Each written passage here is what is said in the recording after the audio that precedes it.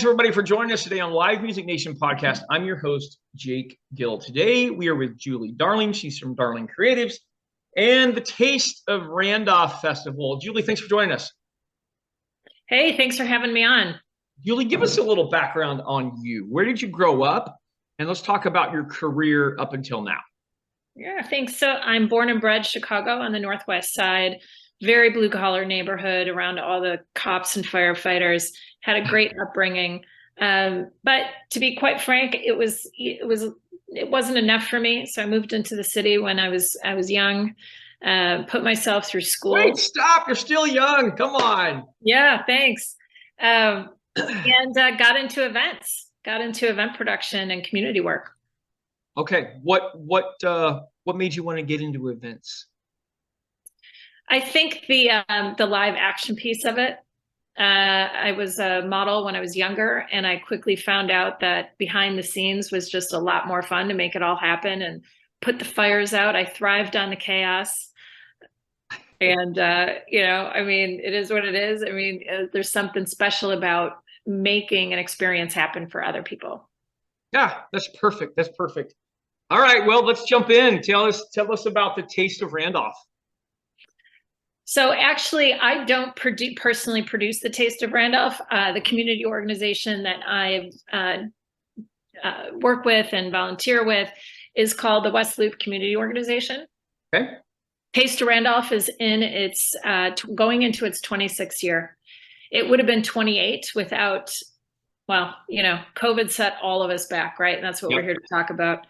So last year was the official 25th anniversary. We had some incredible talent come out. It's very heavily music and entertainment based, as well as food based. So for those of you listening that don't know, the West Loop has really, really exploded with a lot of fantastic restaurants. So we have the old school guys that are on the street, and then we have a lot of newcomers that come out and provide food. Perfect. Okay, so I always ask these three questions, and the gentleman before you just added a fourth because I think it makes sense. So when people come to the Taste of Randolph, what does it look like? What does it feel like? What does it sound like? And what does it smell like? And what does it smell like? Wow. Okay, so we're gonna have to take these one at a time. Oh, for sure, for sure. Let's start with looks. What it looks like. What it looks like is literally a sea of people for the entire weekend. Okay. And when I say that, I mean it. It literally looks like a full-blown packed concert that, unless somebody was wearing a neon light on their head, you really wouldn't be able to pick them out in the crowd. So it's just literally a sea of people for a 4-block square radius, almost a 4-block square radius. And we have kids activities, and we have activities for dogs, and we have vendors that are selling their homemade goods. And then we have some corporate sponsors that have some fun things set up, like the Blackhawks will come down and, do shoot the puck. And so there's something for everyone at the event. And that's what makes it so special. It truly is a family affair. And it's the same weekend every weekend. It's Father's Day weekend, which is which is also Juneteenth, now that it's official holiday. So we're pretty excited about, the diversity that it's always been, but celebrating the new diversity. Perfect. Okay, so that's looks. What's it feel like? It feels like a high vibrating, energetic experience. And what does that mean? Every time you turn the corner, from vendor to vendor to stage, one stage is predominantly DJ driven. The other stage is predominantly band driven, local bands, little bands, the dad band. And our event producer, Star Events and Collective Presents, who books our talent, they really do a phenomenal job of pulling it all together to make it make sense, right? So one stage has one vibration going on, the other stage has something else going on, and the music doesn't interfere with one another. So you can get a little bit of both.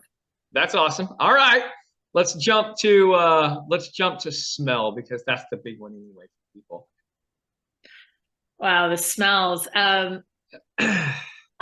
would have to, so we have the way that the event is set up, we have two areas, much like the staging, we have two areas for food and they're separate from one another. And, it really does force the crowd to walk the entire circumference of the event.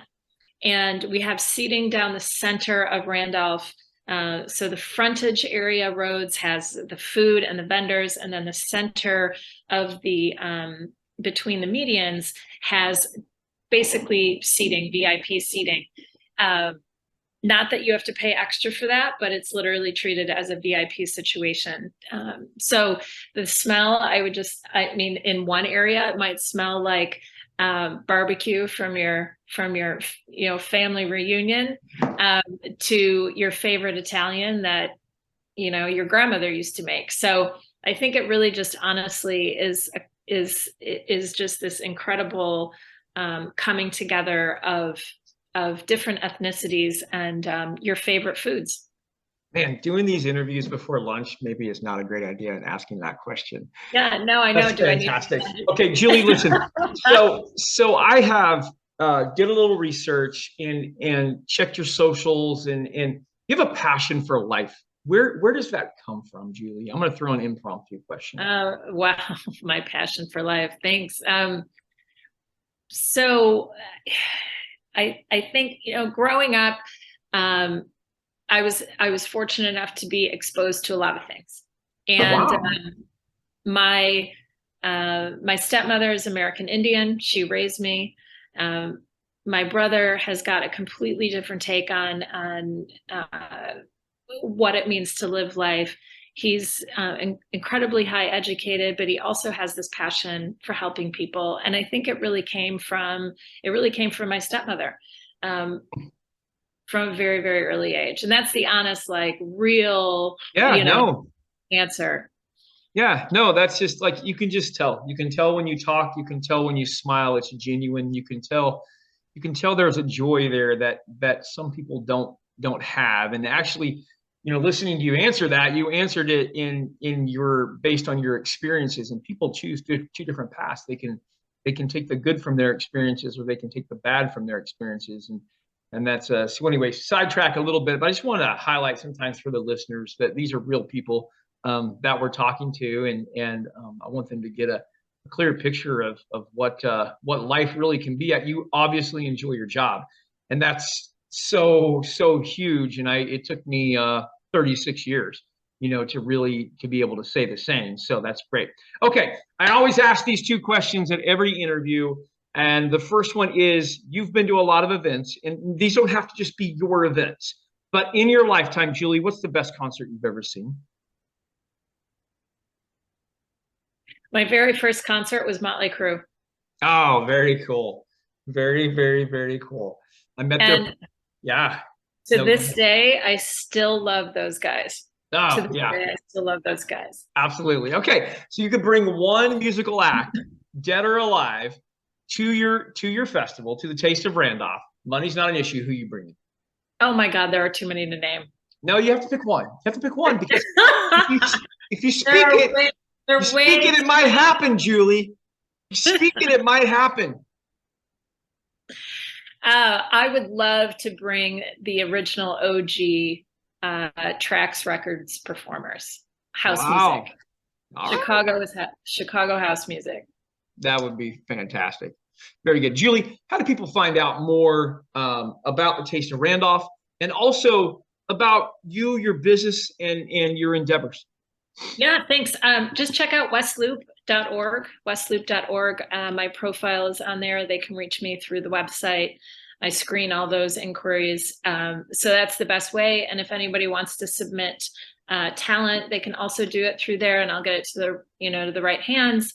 If anybody's interested in having a booth, or just attending, all of it can goes right through our website. So. More barbecue, more barbecue. All right. Julie, And thanks more so much for grandma's being. Italian. More Yeah, grandma's Italian. thanks for being on with us today, Julie. I super appreciate it. Thank you so much.